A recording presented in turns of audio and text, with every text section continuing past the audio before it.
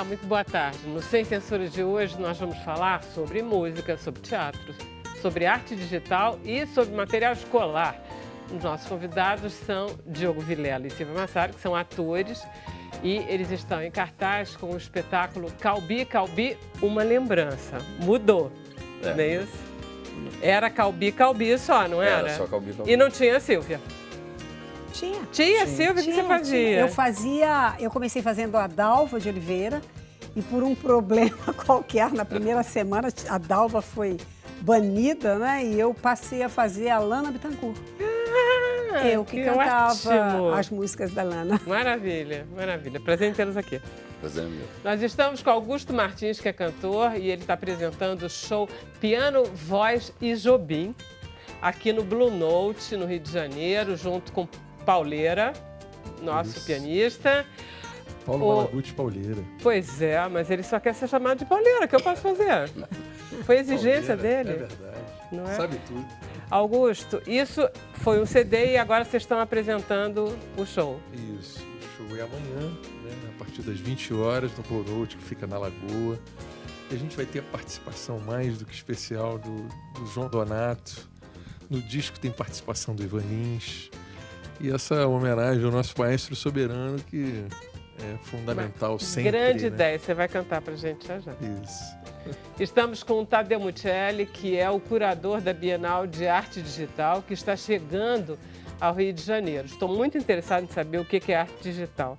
Você sabe que esse ano a exposição mais bonita que teve foi ano passado, né?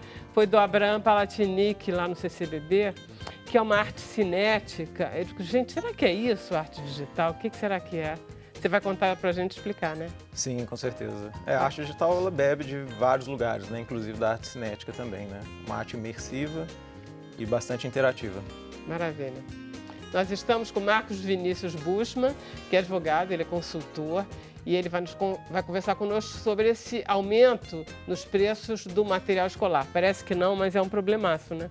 Sim, é um grande problema, né? O preço dos produtos, tudo tem grandes aumentos e o material escolar todo ano surpreende, né? Não, pois é, e janeiro é aquele mês infernal, né? Que é matrícula, IPTU, IPVA, a gente diz assim, não é possível. Ano novo, imposto novo. É, incrível. Obrigado por ter vindo.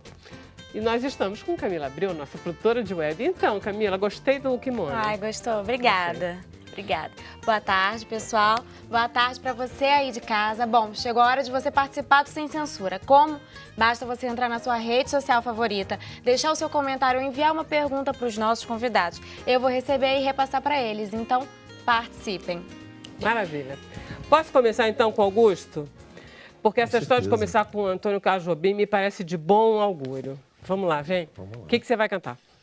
Vamos de Sabiá, Eu né? acho uma ótima Não é? escolha. Sabiá, Tom Chico Buarque, né? Que também Aí, tá em Pauleira, cartaz prazer no- em tê-lo no Rio de aqui. Paulo Janeiro. Malaguti Pauleira, por favor. Estamos todos ouvindo vocês.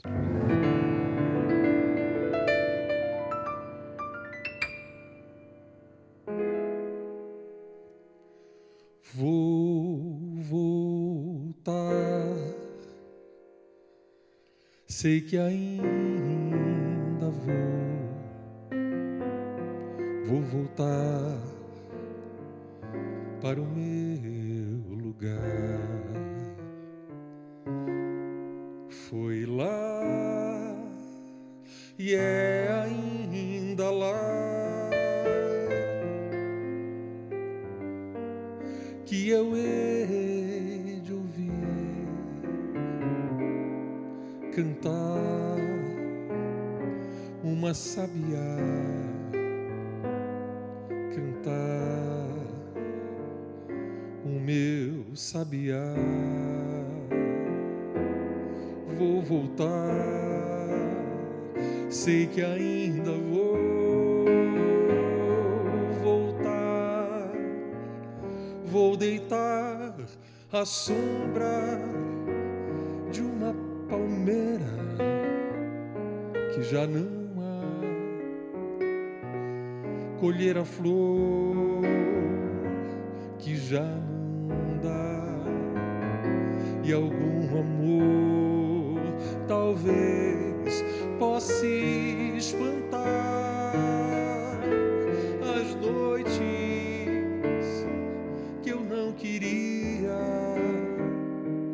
anunciar o dia.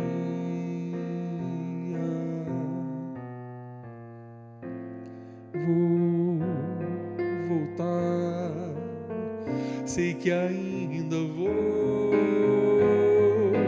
voltar. Não vai ser em vão que fiz tantos planos de me enganar, como fiz enganos de me encontrar, como fiz estradas de me perder, fiz de tudo e nada de te esquecer.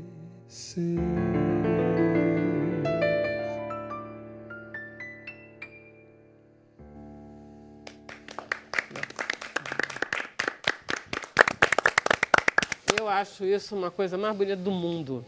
Mas E você, do jeito que vocês inventaram esse arranjo, ficou uma coisa muito linda, muito linda.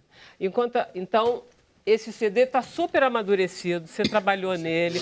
Você tem uma vocação, né, Paulo? Porque você fez Zequete, você fez Djavan, você gosta de trabalhar. A coisa do projeto tem um encantamento, assim, de você fazer um mergulho, né? Um mergulho que você entra profundamente, assim, você imergir naquela obra, naquela atmosfera.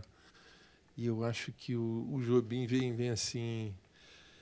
Eu acho que eu também não podia ter feito Jobim antes. A impressão que eu tenho é que acho que a gente tinha feito esse show como show há 10 anos atrás, nos 80 do Tom.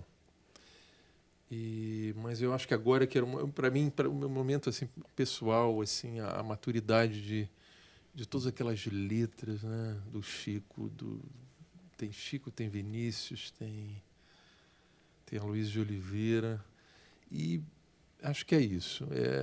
Essa imersão é fantástica, e para chegar no maestro maior, no nosso Tom, eu acho que a maturidade foi importante, sabe? Muito importante. Eu estava brincando com você, dizendo que eu acho engraçado que esses jovens gostem dessas coisas tão antigas. Eu não posso nem falar, né? Porque Diogo, então, é um garoto gostando do Calbia, quer dizer. É maravilhoso. É engraçado, né? O brasileiro gostar da sua música a esse ponto, quer dizer, vocês, uma geração muito depois, conseguem se encantar com uma coisa lá de trás e fazer um trabalho bonito e novo, né? Porque esse arranjo é totalmente novo, ficou muito legal. Com certeza. Eu acho que a gente, e o Pauleiro, fomos muito felizes. Eu acho que no disco traz o melhor de nós, sabe? Esse muito disco sincero. existe fisicamente. Existe Quer dizer, então você pode fisicamente. comprar. Você Piano, compra voz e onde? Jobim. Tipo, Travessa, esses lugares assim? Com certeza. Pela internet também se compra as faixas também, se encontra no Spotify. Tá em tudo. Spotify, tá tudo. em tudo, com certeza. Maravilha. Então, amanhã no Blue Note... Amanhã no Blue Note, a partir das 20 horas. E com a participação do João Donato, maravilhoso, nosso querido amigo, generoso. E tem uma vivência interessantíssima com o Tom, né? O primeiro disco é muito interessante. O primeiro disco do João Donato foi produzido pelo Tom Jobim. É uma coisa especialíssima. O Donato tocava, às vezes, sanfona, e às vezes acordeon, e às vezes piano. Quando ele está no acordeon, o Tom é que está no piano. Né, fez arranjos e tal. É um disco muito interessante, que mostra já aquele swing do Donato, apesar de eu não gravar. Nesse primeiro disco ele não gravou coisas dele, mas o Tom era um fã imenso. Né? O Donato tocou com ele nos Estados Unidos. O Tom fazia os maiores elogios do mundo ao João. E eles têm mesmo, tem tudo a ver. Então, essa homenagem com a participação do Donato é um encanto pra gente. O Blue Note tá legal? Você ensaiou lá? Tá lindo. Tá lindo? É bacana mesmo? Maravilhoso, muito bom. É uma casa que tem vale a pena. Tem tudo a ver com o Blue Note Nova York. Tudo a ver com o Blue Note Nova York. Muito chique, né? Tem muito a ver com o Rio de Janeiro, sabe? O Rio de Janeiro eu acho que estava faltando um lugar com esse quilate, com essa qualidade. É muito bacana, muito Maravilha. bacana. Muito feliz. Parabéns, então. No final você canta outra. Cantaremos. Não vai ser Insensatez, não, né? Vai ser qual? Vai ser Água de Beber. Não, fica lindo também. Tá bom. Eu fico caetituando as músicas que eu quero ouvir. Bom, cantei. Vamos? Hoje eu estou de folga. Sabe o que eu achei? Eu adorei. Cantei pra mim. Eu fui assistir. Não sei se foi na estreia, eu acho que foi na estreia. Mas é um ponto alto, né? Ai, Nossa. gente, como é bom de ouvir. São músicas emblemáticas, né? Que a gente colocou, o Flávio Marinho, quando a gente fez a peça, a gente colocou o universo, acho que colocou o sentimento do espetáculo junto com o universo das canções dele. Né? Então, isso tinha muita teatralidade. E ele é um personagem teatral, né? Você conheceu ele, ficou amigo. Fiquei amigo dentro do que é possível. Né? Dentro do Assim, possível. Dentro do possível. Porque ele era uma pessoa muito quietinha e falava pouco, não falava? Não. Eu entrevistei ele umas 2 vezes, ele não falava nada. Ele não fala muito. Ele era lacônico, assim, mas ele era uma pessoa muito receptiva no astral, você entende? Que às vezes a pessoa é lacônica, mas não compartilha, é energia. Que eu acho que ele compartilhava muito, era muito doce. Eu acho que o nosso espetáculo tem muito a ver com a doçura que ele tinha como pessoa, porque o nosso espetáculo, até estava conversando com a Silvia, porque a gente tem saudade do ensaio. É uma coisa louca, porque eu trabalho em teatro há 48 anos, nunca tive saudade de nenhum ensaio. Poucas peças eu tive. Tenho lembranças, que ensaio sempre é maçante, uma coisa que a gente sofre, né? E ali a gente tem, de cada dia eu lembro, foi uma criação muito interessante num mundo pouco poético que a gente vive e que agora ouvindo a música, sabia? Que a gente ficou elevado aqui, uma qualidade incrível do tom e ele cantando também. Mas eu falei, poxa, até que enfim eu vou, sabe, viajar um pouco na emoção, né? Porque a gente vive num mundo muito pouco poético, né? O teatro fica parecendo anacrônico, as coisas sentimentais do passado ficam parecendo que não precisam existir, mas é o que não Mas não é o gente. caso do Teu Calbi, né? Porque vocês fizeram muito sucesso com o primeiro. Muito. Que foi 10 anos, 11 anos atrás.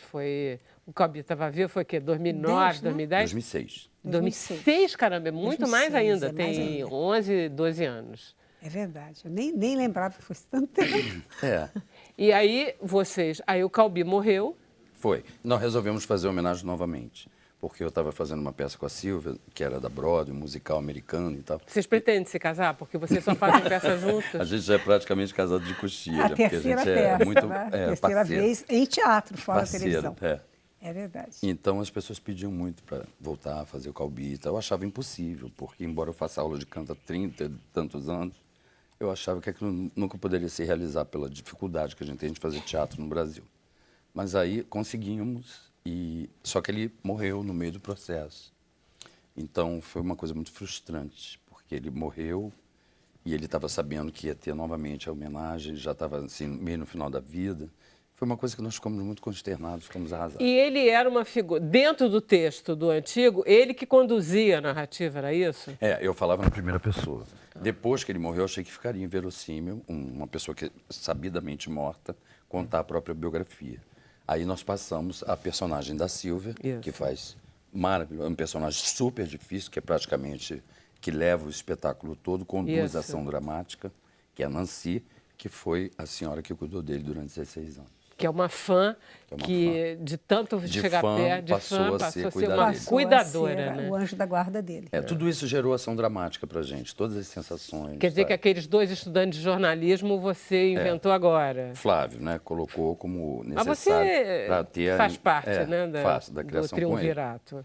O Flávio é um escritor ótimo de teatro, tem muita carpintaria, entende muito, já foi crítico, já foi jornalista. Me diz uma coisa, Diogo. Eu estava lendo as tuas declarações a respeito da peça, tem uma que eu não entendi. Você diz assim, nessa peça eu quis aparecer como o fantasma da ópera. Você disse isso para alguém que te entrevistou. Em que sentido?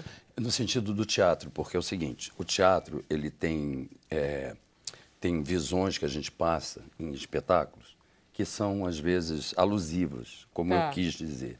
Como eu quis dizer é o seguinte, como se chama Calbi uma lembrança, eu seria lembrança. Eu viria como uma pessoa do imaginário. Então eu viria como aquele fantasma da ópera que chega pelos bastidores e começa a acontecer. É isso que eu quis dizer. Através da lembrança. É que eu não expliquei direito. E depois eu acho que a presença do Calbi, quer dizer, isso são processos de ator. Você não acha, não, Silvia? Porque eu vejo lá o Diogo cantando, para mim está ótimo. No meu caso, por exemplo, eu comecei a fazer e levada pelo Diogo, evidentemente muito levada por ele, que eu tinha uma visão, ele conseguiu me conduzir Quando eu o encontro em cena, que eu estou falando sobre ele, eu estou vendo ele. Então, eu estou vendo um fantasma que regressa. Isso, Daí tudo a ver com o isso, fantasma. isso. Do fantasma da O ópera. fantasma Então, da ópera. ele, de repente, eu encontro e tem entre o êxtase de vê-lo novamente, né, o susto de vê-lo novamente, segue a narrativa como se só eu o estivesse vendo. Tanto que tem uma cena no início, quando as meninas, que eu estou falando do de Veras, que é o empresário dele, o que o descobriu, os dois garotos estão fotografando o cenário, eles não percebem que o de Veras está ali. Só eu estou falando com o de Veras. A metafísica existe. Exatamente. Tem toda essa brincadeira. Exatamente. Tem toda a razão. Fica muito bom. Tem um VT, vamos ver o VT? Vamos ver que pedaço que é da peça. Mas tem a vida breve, precisa que haja vento sem parar.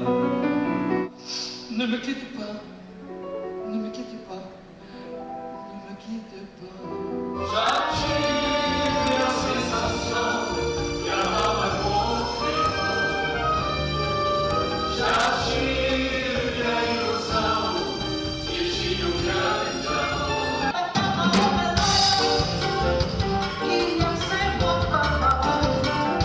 Tua imagem permanece imaculada em minha retina cansada e chorar por teu amor. Lábios que beijei, mãos que eu afaguei, volta da negativa a minha dor. É uma delícia. E o elenco inteiro tá bom, né? Sabrina Kogut. Maravilhosa. Maravilhosa. Cantam Como muito, canta, dançam As muito. duas, São né? professores Todos de canto, todos são formados. No dia da estreia, a menina que faz a Lana, Sim. o microfone pifou. Aurora. E ela assumiu E ela ali ficou lá e no cantou gogó, né? no gogó. E você até elogiou ela. Assim, ficou, sabe o que ficou bacana pra caramba? Uma coisa assim, ao vivo, né? No teatro. O espetáculo tem uma coisa muito técnica, né? Que a gente não pode abandonar, porque trata-se de um cantor que tinha um certo gabarito vocal e tal. Então, todo mundo é muito apurado nessa situação da técnica. E, às vezes, o microfone, por um suor, por uma coisa, a bateria gasta rápido, sabe? Acontece isso. Já vi acontecer em vários lugares. Mas aí a gente tem que segurar. E a Aurora segurou muito bem, né? Segurou lindamente, ficou até mais bonito. Muito bem. Foi muito De repente, aplaudida. todo mundo. E todo mundo adora essas coisas.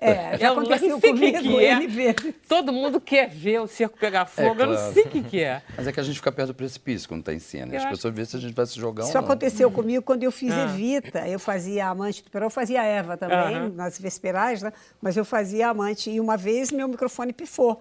E o Strasser, que fazia o Che Guevara, chegou do meu lado e eu cantei no microfone dele. Foi lindo, quer dizer, isso acontece. Essas coisas, né? Ficam muito bacanas. Como é que é o teu preparo? Como é que você está cantando? Porque você inventou o musical, né? Você fez Nelson Gonçalves, você foi fazendo.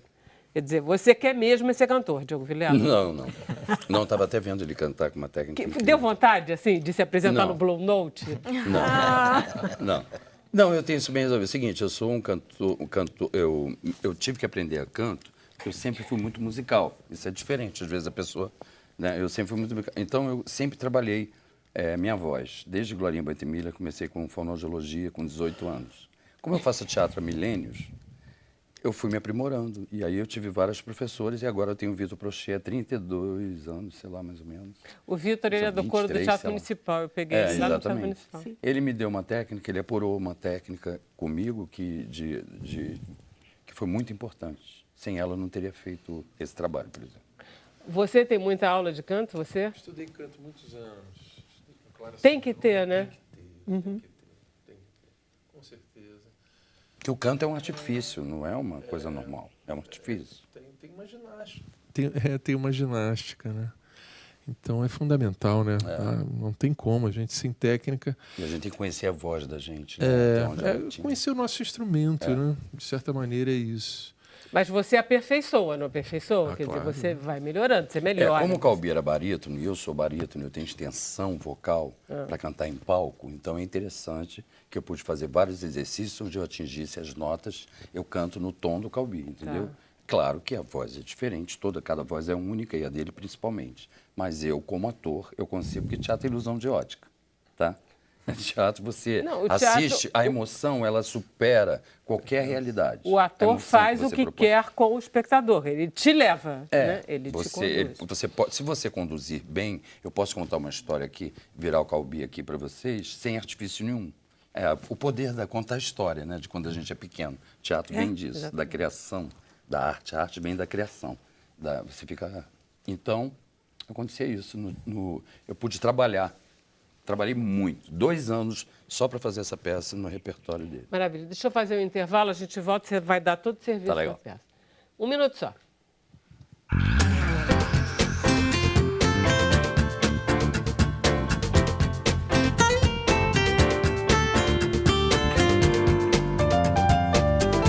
E voltamos conversando com o Diogo. Carnaval vai ser aonde? Hein, Silvia?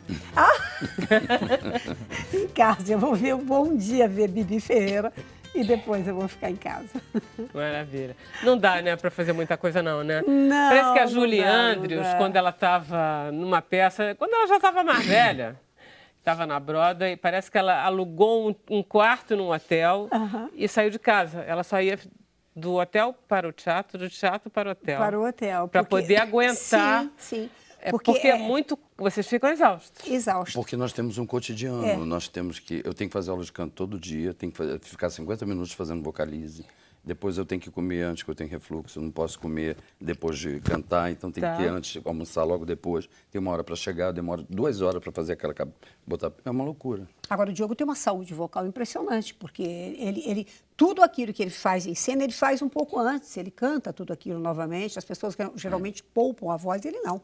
Pois é, Ele ia te só- perguntar isso, se você poupava a voz. Eu não estou vendo. Não. Que cantor está sempre com cachecol à volta do... Eu não faço coisa. nada. Não faz faço nada, canta todas as nada. músicas A única antes. coisa que eu faço é dormir e tentar não pegar vento, que o vento vela a voz. Vento é né? ruim. Tá. Vento é desagradável. Agora, eu tenho muitas alergias, como qualquer pessoa, ácaros, aquelas coisas que Tá. a gente tem. Mas eu não faço nada, assim. É só dormir que a voz volta. Maravilha. Então vamos lá. A peça está em cartaz quando, onde, como e por quê? Quer dar o serviço, Silvio? Silvia mais. Teatro. Teatro Carlos Gomes, de quinta a domingo, quinta, sexta e sábado às 19 horas, domingo às 18 horas. Quer dizer, um Praça horário Tiradentes. magnífico. O horário horário é ótimo. fantástico. Quem quiser ir de metrô, tem o metrô da Carioca ali pertinho. Você não tem estacionamentos próximos, bem próximos. É bem próximo ao Bem teatro. tranquilo por aí. Quanto tempo dura o espetáculo? Primeiro ato acho que tem 50 minutos, segundo ato tem 49. É, um pouquinho menos de 2 tem 15 É bastante. minutos de Um É intervalo. intervalo bastante. de 15 minutos. E vocês estão em cartaz até quando aqui no Carlos Gomes? 11 Sabe de melhor março. que eu. 11 de março. E aí depois vocês fazem o quê? O mesmo que vocês fizeram quando vocês viajam o Brasil inteiro? Se Deus quiser, a gente pretende viajar. Mas O Brasil antes Quer dizer, inteiro, ainda não está gente- marcadinho, mas... Antes disso, vamos para o Imperator, né? tem Ah, Imperator tá. antes. Vocês vão para o Imperator e aí ficam... E depois viajaremos. Tá. É bom o Imperator, quando muda de teatro, é esquisito?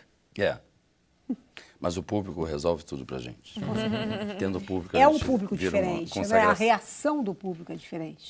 Nós fizemos agora o Sim, Eu Aceito em várias capitais do Brasil. Cada capital que a gente chegava, cada cidade que a gente chegava, a reação era diferente. Ou seja, as pessoas gostam mais de uma música do Sim. que de outra, riem mais de uma cena que de outra, não? Essas coisas assim. Mais ou menos isso. Eles recebem Mas diferente. nesse espetáculo, particularmente, ele ficou tendo um tom de comédia. Ele ficou, assim, um musical que as pessoas se divertem muito com a maneira que eu faço. Tá. O Calbi, que eu faço parece que o inconsciente coletivo já conhece que ele era reticente. Sim. Como ele é um personagem lento, não posso fazer lentidão. Eu represento a lentidão. Porque teatro não existe lentidão. Isso. Acendeu uma luz, já foi a cena, né? Porque as pessoas estão sentadas, não pode ficar horas fazendo uma coisa. Então, ele é lento. Tem que subverter o tempo cênico para poder ficar no tom dele. Quando eles veem que eu estou fazendo isso, eles acham engraçado. Não, e é engraçado, né? Porque diz assim, qual é o melhor cantor do Brasil? Aí o que você responde? Faz lá, Diogo. Não, que dá uma amnésia. Não, é aquele que você diz o o segundo. segundo. Não, o segundo é... Não, porque o empresário ensina ele a ser, não dizer exatamente a verdade e ficar lacônico em tudo. Então, ele faz exatamente o que o empresário manda. Ele fala que o segundo é o Emílio Santiago, o segundo maior. E o primeiro ele aponta para ele, assim, mas ele diz que está com amnésia. Está me dando uma amnésia. E é todo assim, o espetáculo é o tempo inteiro isso, e a gente adora. Tudo né? que ele não quer responder, ele diz que está com amnésia. É uma delícia. É Flávio muito bom. Marinhos. Parabéns, foi um prazer tê-los aqui. Obrigado, Foi um prazer enorme Obrigada. ver o espetáculo. Ah, que bom que Muito você viu. bom. Obrigada. E Muito olha, bom. recomendem, porque você viu, né? Você sabe que é bom, né? Exatamente, recomendo Passa rápido, é vivamente, maravilhoso. vivamente. Calbi, Calbi. Vamos lá, o Tadeu. É Tadeus? Tadeus tem um S. Ah, pois é. Eu fiquei aqui, eu digo, gente, tem um S ou não tem um S? Tem. É Tadeus. Tadeus. Por quê? História longa. Eu ia chamar Mariano, que é o meu segundo nome, Louvado de Maria, aí já viu tia brigando com a mãe como é que ia ser o nome. Ah, então se é Louvado de Maria tem que ter Deus no nome, então botaram um S. Aí ficou Tadeus Mariano. Deus. Tadeus Mariano? Mariano. É barato. Adorei isso. É legal. Bonito. Viu como é interessante essa história? Sim, claro. Deus e Maria. Ele resumiu bem, né? A história é um pouco mais longa que isso, tem mais brigas no meio. Mas... Não, para apelar para Tadeus Mariano é porque realmente deve ter rolado muita conversa, né? Sim. A gente estava outro dia conversando com a Leona Cavalli aqui e ela disse que a mãe queria que ela se chamasse Leona. Aí o pai disse, não, Leona é muito forte. A menina vai ser chamada de Leô, vai ter bullying na escola. Não.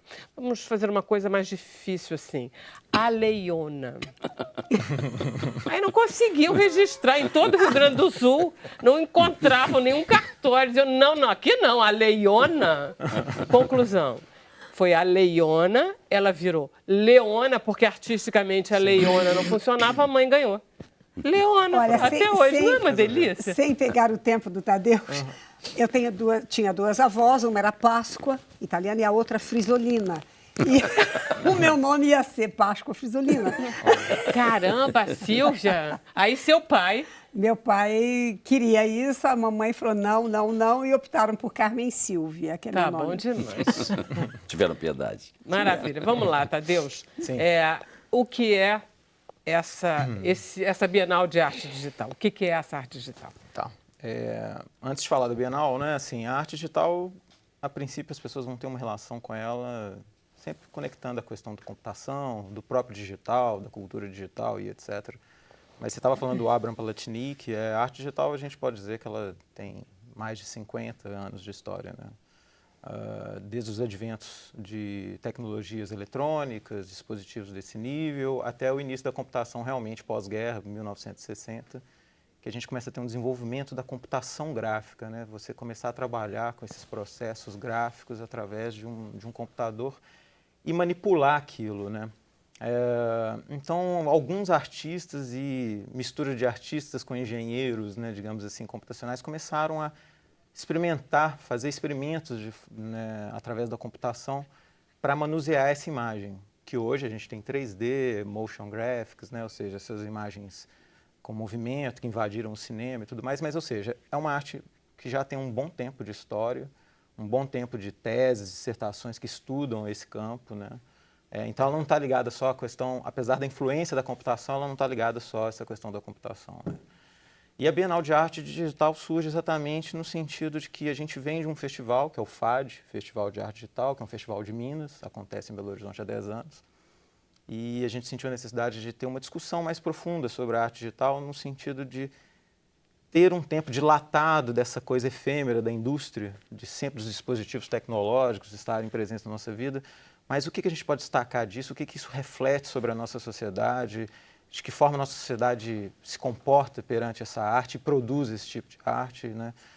Principalmente porque a gente está num momento de transição entre pessoas não digitais e os nativos digitais, que é essa geração nascida a partir Essa geração aqui do seu de lado. 2000. Então, assim, a gente tem esse entrecampo e esse entretempo de gerações, mas que essa arte vem caminhando desde lá de trás, né? Então, a Bienal surge exatamente para ser uma agenda nacional de discussão desse tema, e isso não ficar restrito só aos festivais, né? Aos festivais que geralmente é qualquer característica de um festival. São 4, 5 dias, com performances, oficinas, simpósios, mas sempre tratando da efemeridade dessas coisas, né? E a Bienal não. A Bienal tenta dilatar esse tempo de uso das tecnologias assim que elas saem, né, de forma nessa avidez, nessa pressa, e ela tenta dilatar esse raciocínio e pensar essa arte de uma forma mais profunda e a influência dessa arte na nossa sociedade. Você acha que esse VT que você trouxe, a gente vai ter uma noção mais concreta, mais Sim, visual sim, disso? com Então, certeza. passa pra gente, Daniel, por favor. Sim.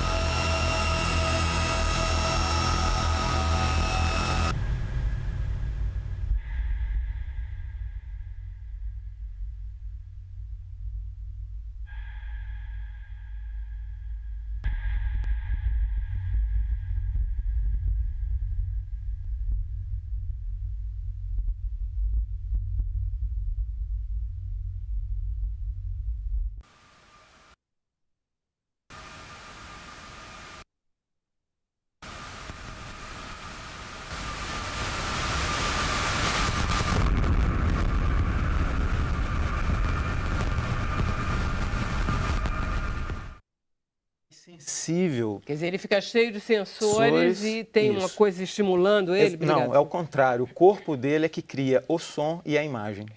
Ah, que O legal. movimento muscular, os fluidos do corpo e etc. E aí é o que eu queria chegar, onde eu queria chegar na discussão da arte tecnológica ou digital, que não está atrelada só ao computador. Evidentemente que ele tem uma interface, né, que faz esse lugar de transição entre o artista e o que o público está recebendo, né, de sensório, mas o que ele faz ali é simplesmente produzir a arte com o próprio corpo, ou seja, a arte tecnológica hoje ela é uma arte que ela está envolvida com essa era biotecnológica. A gente também vai ter na Bienal o Ivan Henriques, que é um artista carioca, radicado na Holanda, e que produz uma obra de arte a partir de uso de bactérias que criam energia limpa. Essas bactérias elas geram energia e essa obra é uma obra focalizada em ser uma intervenção artística, por exemplo, em lagoas como a Lagoa Rodrigo de Freitas, né? Ou seja, no intuito de que essas escovas de carbono por essas bactérias higienizam o ambiente, pensando nessa Sim, questão... mas o que tem, qual é a arte digital aí? A arte propõe ali um diálogo com a sociedade diretamente através desses objetos, desses robôs que ficam dentro da lagoa. Então, ali tem um desenvolvimento artístico, de design, de produção de imagens, etc., enquanto o próprio robô que está sobre a água está fazendo um processo ali de mapeamento para a sociedade. Né? Muito bacana. A gente tem obras fantásticas, né? Assim, tem um outro artista, não está na Bienal, mas assim, é um artista referência, é o Paulo Sírio, que é um italiano, que trabalha, por exemplo, com metadados, né? Nessa onda que a gente está de ir atrás do cheiro do dinheiro público.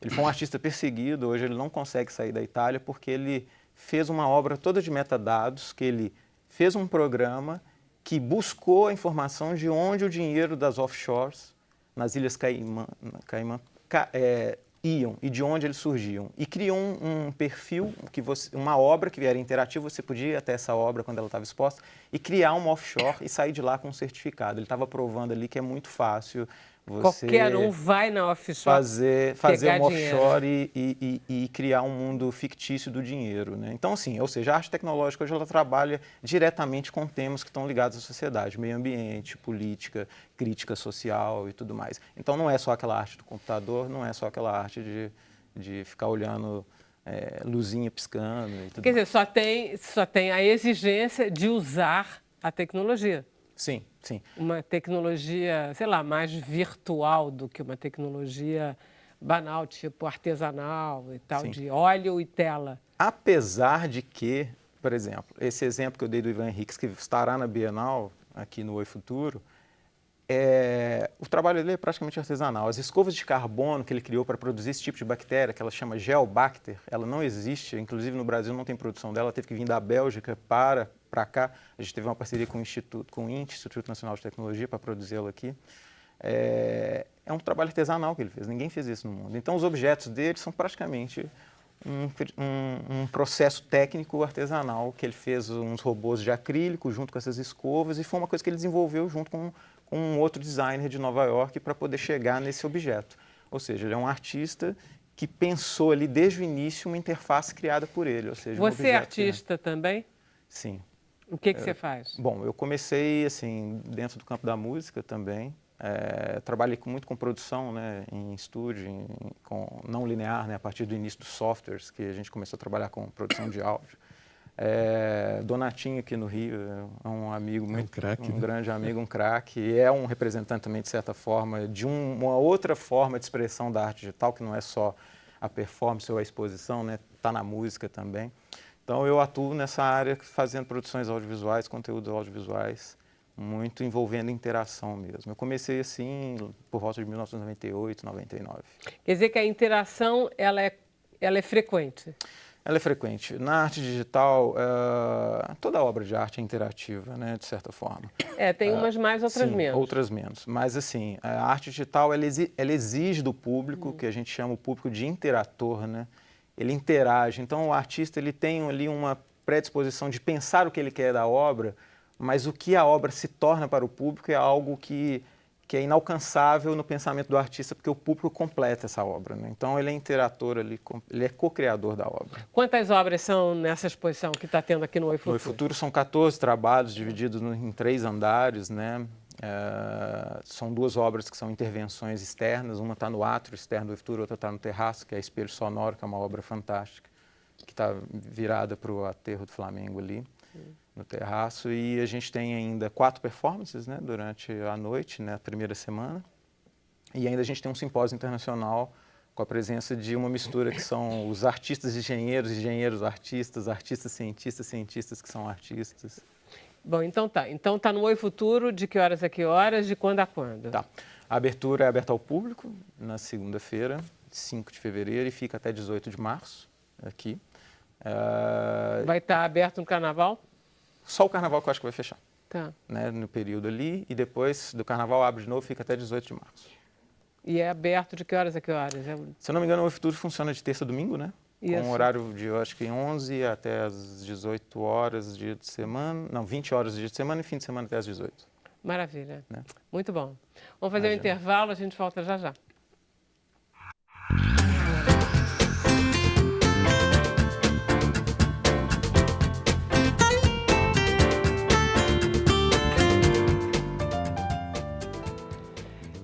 Voltamos com Sem Censura. Camila, querida, me desculpe. Temos perguntas acumuladas. Perguntas acumuladas. Olha, mas eu vou começar perguntando pro Tadeus. O Natanael, ele pergunta, queria conhecer mais sobre arte digital. Quais artistas devo pesquisar? Bom, brasileiros, eu acho que deve começar pelo Valdemar Cordeiro, que foi um pioneiro, né? Gisele Bündchen, que é uma artista contemporânea, Gilberto Prado e, mais recentemente, de uma nova geração, o Henrique Rosco, de Belo Horizonte também, que é um artista muito bom. As referências nacionais são boas. Puxando a brasa para a sardinha dele, né? E aí tem uma pergunta aqui da Joyce, ela pergunta, Diogo, quais foram as dificuldades encontradas para voltar com o espetáculo Calbi? Inúmeras. Inúmeras. Foi desde a financeira até a... Mas depois que começamos a... Eu tive ajuda, né? Pode falar? Pode. A Bradesco Seguros abraçou a ideia e tal, então a gente ficou muito tempo. A primeira dificuldade foi o falecimento do protagonista, mas depois a gente elaborou e eu acho que a elaboração veio um espetáculo legal até por causa disso. É complicado mesmo, né? Porque não estava no plano, né? E ele foi nos ver, né, da primeira vez, ele estava lá na plateia. Então... tadinho. Mas, bom, enfim. Marcos, vamos lá falar de dinheiro? Vamos lá. É o seguinte, você é um consultor, você é um advogado tributarista, Perfeito. Você é o homem com que todas as mulheres no mês de abril querem se casar, todos os seus amigos telefonam para você. É uma época complicada. Mamãe, papai, titio, todos. Faz o meu composto de renda, por favor, não é isso? Com certeza, é uma época complicada. A gente tem direito a uma restituição, a gente tem direito a gastar com educação com filho, com a gente mesmo? É isso? A gente é reembolsado no imposto de renda? Não, na verdade, a educação tem um limite, né? Atualmente está em cerca de R$ 3.560 por ano, né? O que não dá para quase Quer dizer, nada. se Né? não sei quanto custa atualmente lá. uma Isso. mensalidade, mas 1.200 no barato? Daí a 5 mil. Exatamente. Tem escolas que cobram 5 mil por mês. E só, quer dizer, a partir de 3 mil... Só, e a Receita Federal interpreta que é só em mensalidades mesmo, né? Você não pode, por exemplo, utilizar outro tipo de gasto escolar para poder abater. Então é limitado a esse valor e unicamente para mensalidades. E só vale mensalidade de colégio, por exemplo, curso de inglês? Não, mensalidade escolar, Mensalidade escolar. exatamente. Bom, aí qual é o problema maior que fica, então, quando a gente tem material escolar para comprar? Bom, o material escolar sempre aumenta todo ano, né? E tem uma tributação enorme em cima, né? Alguns itens chegam a quase 50%, né? Isso em cascata. Quer dizer que quando a minha filha me diz assim, ou me dizia, eu necessito desse apontador, eu teria que dizer para ela, não, minha filha, esse apontador não, porque ele custa R$5 no atacado, mas aquele custa 10 porque tem 50% de imposto, ou 100% de imposto. No atacado também vai ter tributação. Às vezes é menor porque, né, se ganha, a margem diminui também, né, e se evita algumas etapas assim, da tributação, né, que a cada pessoa que vai comprando e revendendo, né, você tem incidência de impostos em cima, né? Você tem agregados valores em cima. E aí se há tributação em cima também. Então tudo é uma cascata. Quer dizer, tudo, régua, caderno, papel, caneta, tudo isso é muito tributado? Muito tributado. Se for importado, então é um absurdo, né? Mesmo da China? Mesmo da China. Não, porque tudo vem da China, né? Essas coisas mais baratas, Sim, é porque como o preço original é muito barato, então acaba sendo um sentido, mas poderia ser muito mais barato para o seu bolso. Claro, não, tem... é fortuna. Quem tem filho sabe o preço que custa essa porcaria do material escolar. Exatamente. É o caso do ICMS, né? Na base de cálculo do ICMS, você vai ter lá imposto de importação, IPI, o próprio imposto, o próprio ICMS é colocado, quando você lê isso, você não acredita. Né? Mas na casa de bens importados é isso que ocorre. Então, muitas vezes, você chega até a 100% de tributação. E livro escolar? Livro já tem uma tributação mais reduzida, mas mesmo assim tem. Né? Então, não tem por onde escapar muito, né, com relação a esse gasto. Né? A conjuntura disso aí é muito, não é só a tributação, né? São diversos fatores que influenciam o preço das coisas no Brasil. E a tributação aqui é muito voltada para o consumo. Né? Digamos, 70% da arrecadação vem de tributação sobre consumo. Né? Você tem aí os impostos federais, estaduais, contribuições federais, e aí realmente fica uma carga tributária muito grande. Quer dizer, quando a gente fala que carro no Brasil é quase o triplo do preço nos outros lugares, o resto todo segue em cadeia, exatamente. Tem carro fabricado no Brasil, exportado para o México e é mais barato comprar no México. A gente vive em euro. Por causa dos tributos. Por causa dos tributos, não é só o tributo, né? O tributo em si sobre cascata, a lei ela não é muito, digamos assim, bem feita para o contribuinte, não é transparente, não é fácil de entender. E você tem toda a burocracia e os custos envolvidos nisso, chamado custo Brasil, né? Que, obviamente, né, o empresário industrial ele vai colocar esse custo dele em cima do produto. Eu acho que a burocracia já é meio criada para poder extrair esse tipo para não ficar claro. Para nos enganar um pouco. Né? Com certeza. A gente vai cansar de tentar verificar o que está. Todo mundo já cansado, né? Já está todo mundo cansado. Mas vai ficando. Mês de janeiro é um mês muito cansativo em termos de pagamentos. Assim, né? Que vem o presente, que é o IPVA e o IPTU, né? Pois Você vira o ano, já começa com ele. Incide tudo no mês de janeiro e o material escolar se transforma Augusto. Matrículas também. O imposto sobre o consumo, ele atinge de forma muito brutal a população mais pobre. Sim. Isso, entendeu? As pessoas às vezes falam, puxa, mas ele não paga imposto de renda. Não, quando ele compra uma geladeira, perfeito.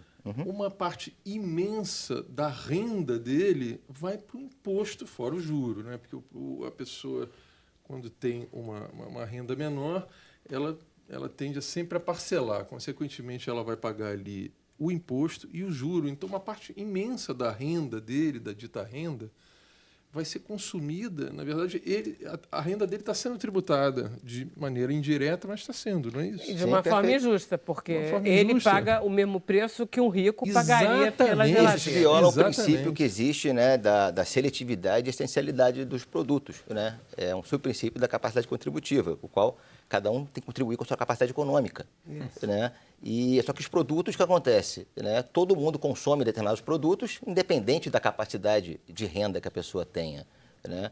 Então, por isso que geralmente, quando o produto é muito essencial, se tem uma alíquota menor, mas isso não acontece aqui, né? Muitas vezes você tem, por exemplo, no Rio de Janeiro, né, a energia elétrica tem a tributação muito maior do que joias. Eles devem falar, lá é quente, aumenta aí o negócio. Lá é frio, então põe a lenha mais cara, sabe essa coisa assim? Deve ser, vocês ficam combinando, Eles né? precisam muito O que eles precisam no Rio? Ar-condicionado, aumenta tudo, ar-condicionado, deixa de ser zero. Deixa essa jantalha aí, é isso. Temos Não, a gente tem a sensação que tem uma A gente tem a conspiração certeza, existe, claro, essa conspiração. contra isso. Claro. O Brasil é um país especialmente mal formulado do ponto de vista tributário, ou a gente reclama, mas os outros países são muito parecidos? Não.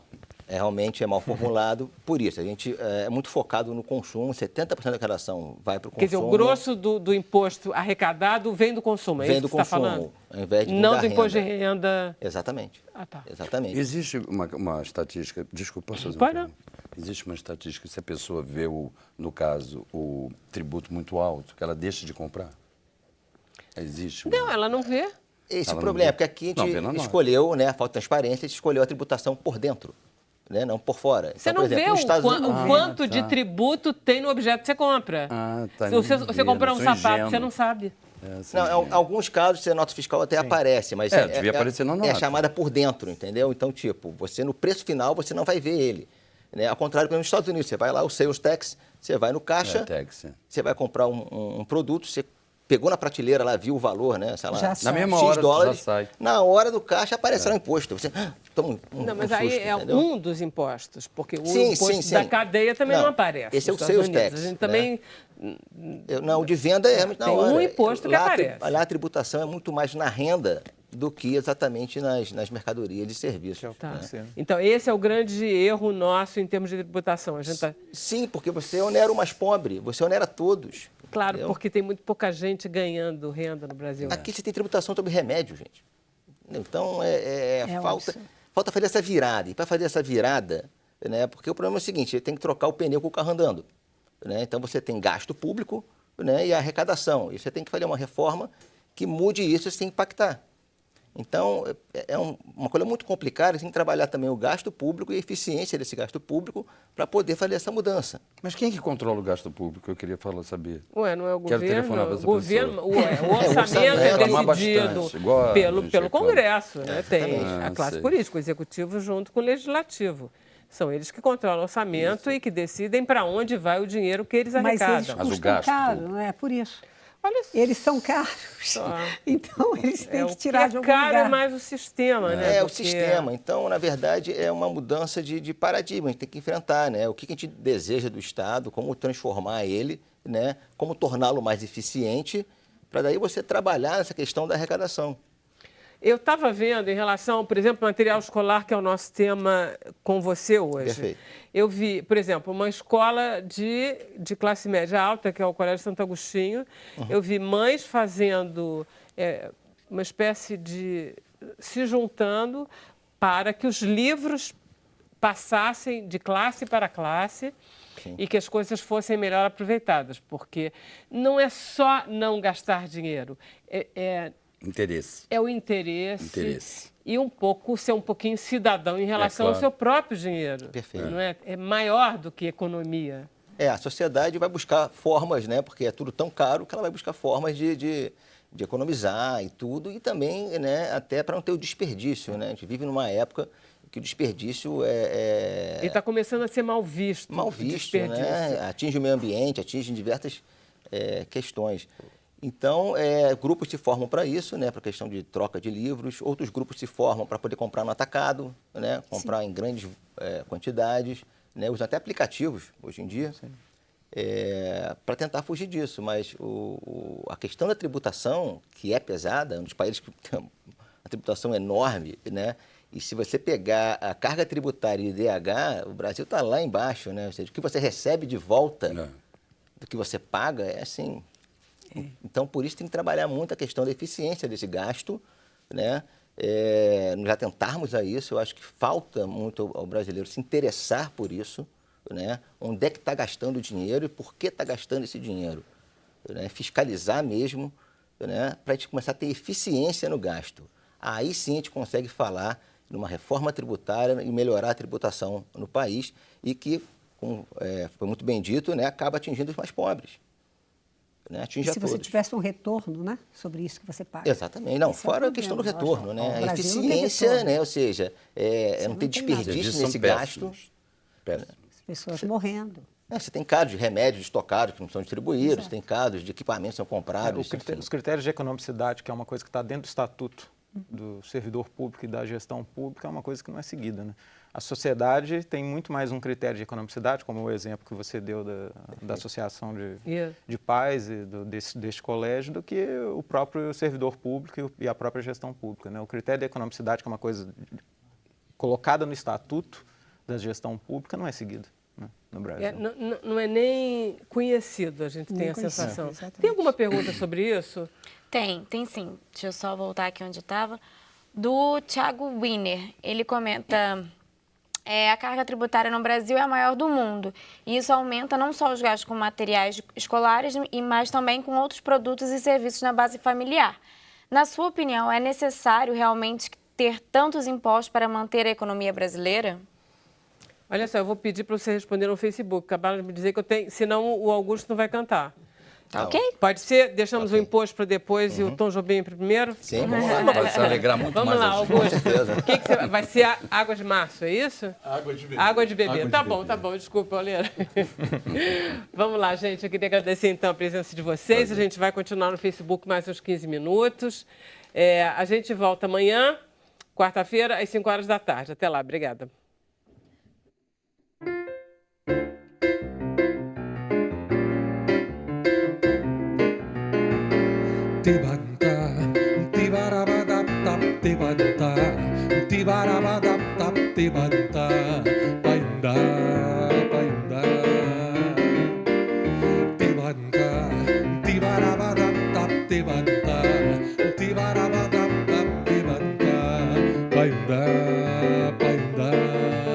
Eu quis amar, mas tive medo. Eu quis salvar meu coração, mas o amor sabe um segredo. O medo pode matar o seu coração. Água de beber, camarada. Água de beber, camarada. Tibadunta, tibarabadapta, tibadunta, tibarabadapta, tibadunta, paiundá, paiundá. Eu nunca fiz coisa tão certa. Entrei pra escola do perdão. A minha casa vive aberta, abre todas as portas do coração. Água de beber, camarada. Água de beber, camarada. Eu sempre tive uma certeza que só me deu desilusão. É que o amor é uma tristeza, muita mágoa demais para um coração. Água de beber, camarada. Água de beber, camarada. Tibarabadapta, tibarabadapta, tibarabadapta, tibarabadapta.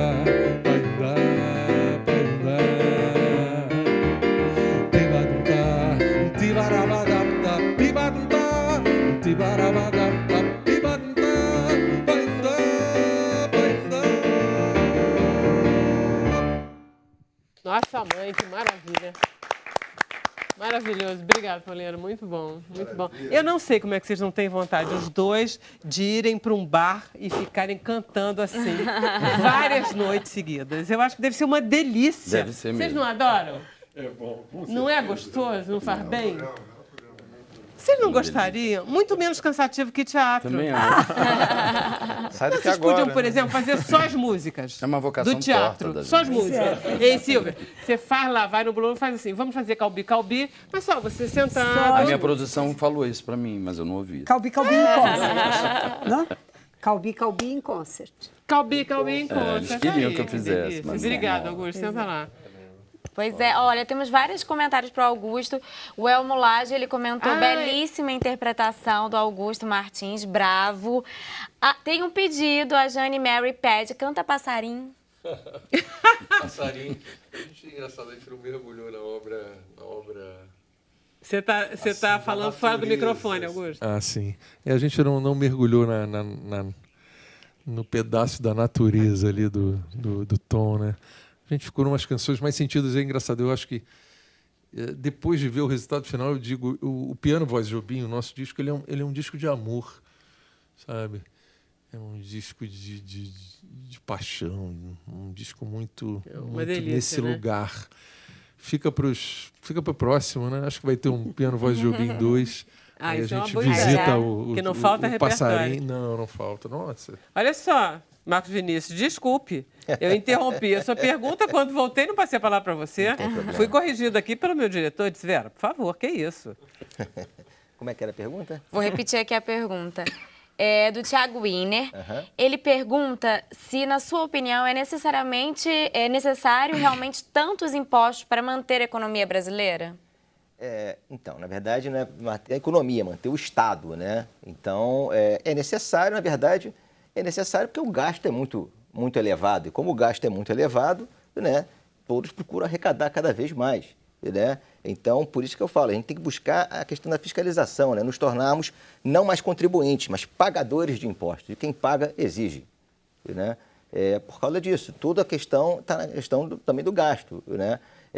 A máquina precisa arrecadar, né? Agora, se é justo, é injusto, a gente consegue, né, ponderar mediante lei. Mas no sistema em geral, e o problema é sistêmico, né, não tem jeito. A gente tratar do gasto público e tentar fazer reforma tributária para tentar melhorar isso aí. Tá ok. Tem uma pergunta aqui para o Diogo, do Roberto Cabral. Ele comenta que ele falou que ele lembrou da... Deixa eu só voltar aqui, que travou aqui. Ele lembrou da peça... Diogo, lembrei da peça Diário de um Louco. E aí ele pede para você comentar da sua participação. Conta aquela história que você conta. Que é genial. Não é a história? Que aí faltou luz, já estamos falando de luz, né?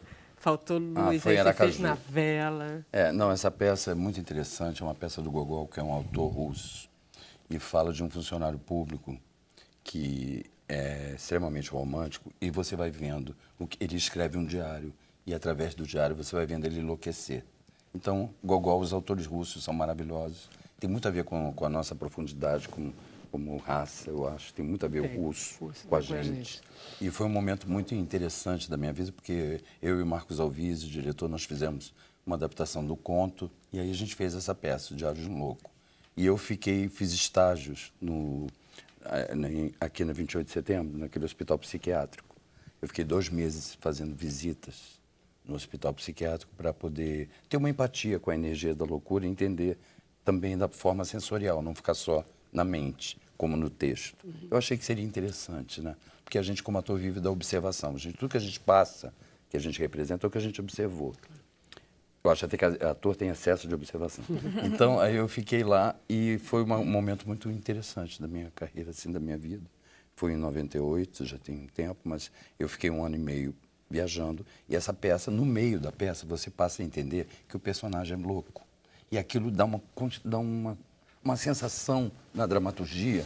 Fica todo mundo consternado de ver que aquele homem desamparado, e tudo que ele reivindicava antes no diário, era porque ele era louco.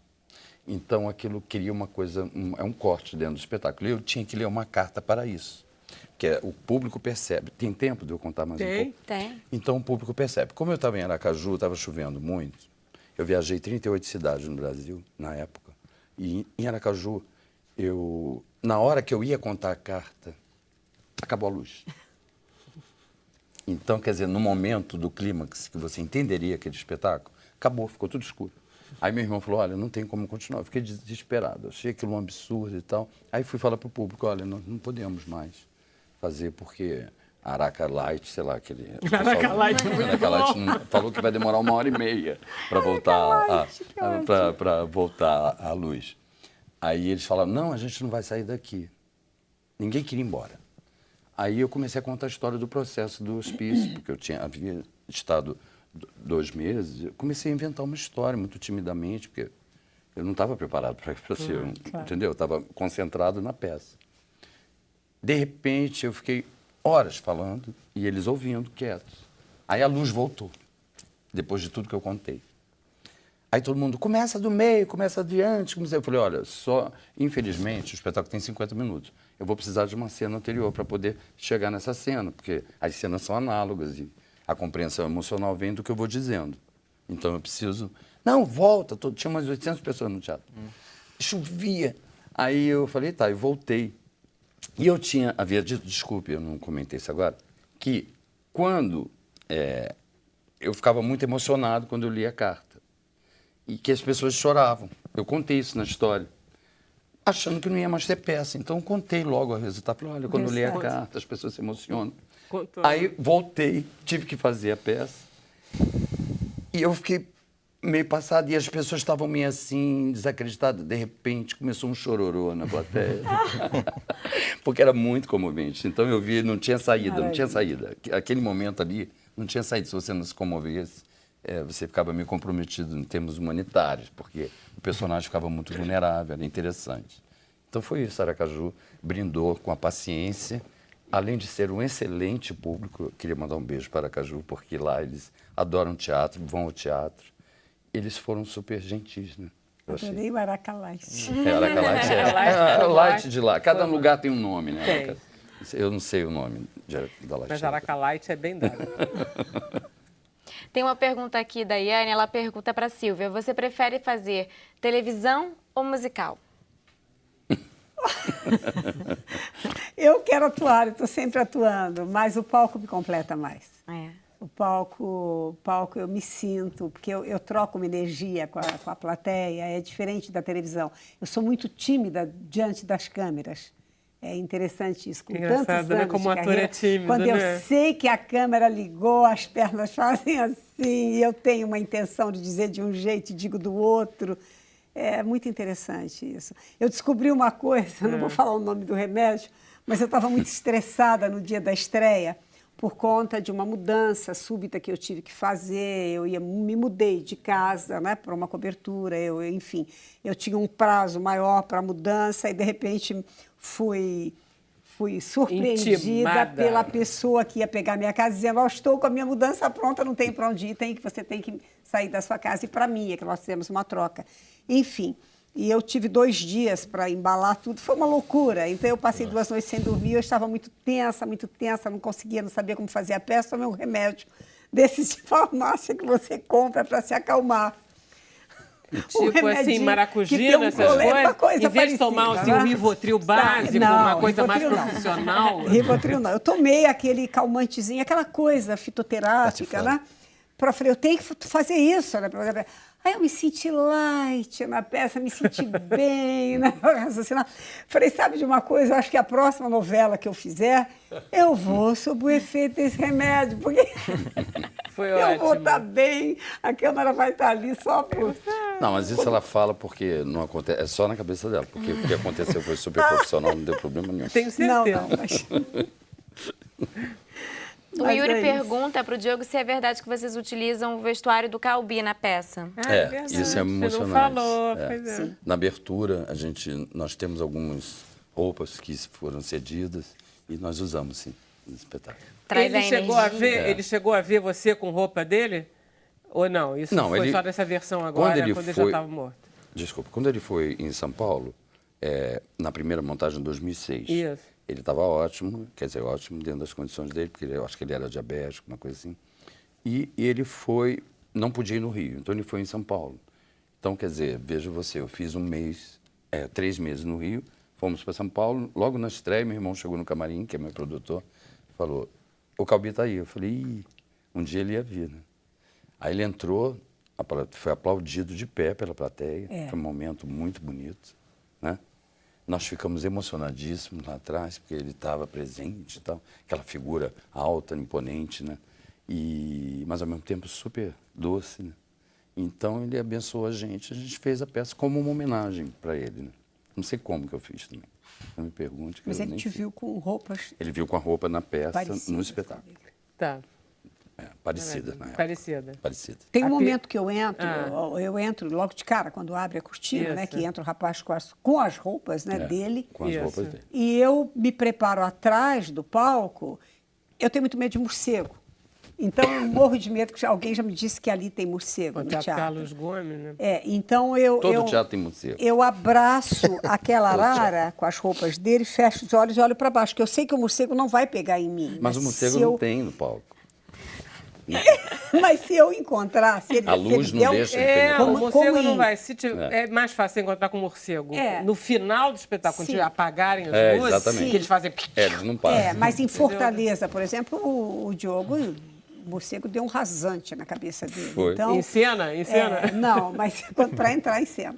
Então eu me abraço nessa arara onde estão as roupas do Calbi. Interessante. Às vezes eu boto a mão nelas, assim, fico ali... Eu sinto uma energia, uma coisa engraçada. Eu meio que pego aquilo para mim. Eu uso uma peruca dele. Uma daquelas perucas Não, dele? duas perucas que ele usava. Muito bom. Olha, tem uma última pergunta aqui da Estela Estrelinha. Ela pergunta sobre impostos. Aí ela pergunta, além dos impostos embutidos nos produtos de consumo, ainda temos a tributação sobre os nossos salários. E a forma como esses impostos são taxados são muito injustas com os mais pobres. Ela, na verdade, foi uma afirmação, né? Mas você tem algum comentário para fazer em cima dessa... O problema do imposto de renda da pessoa física, ele tem poucas alíquotas, né? E, na verdade, o maior problema que existe, na verdade, é a falta de correção, né, das tabelas e da isenção, né? Que hoje em dia você ganharia pelo menos mais de 80%, 90%, né? Então, só acima, digamos, de R$ 3.600 começaria a pagar o imposto de renda, né? E, atualmente, R$ 1.800 já começa a entrar nas alíquotas. Né? Então, faltaria ter mais níveis de tributação em cima disso. Tá? Mas pode ter certeza que aqui no Brasil a pior coisa que tem é a tributação sobre consumo. Né? Mais do que sobre renda. Mais sobre renda. E a gente tem que inverter exatamente isso. Entendi. Maravilha. Então, deixa eu agradecer novamente a vocês. Foi um maravilhoso programa. Obrigada. A gente volta amanhã às 5 da tarde. Até lá.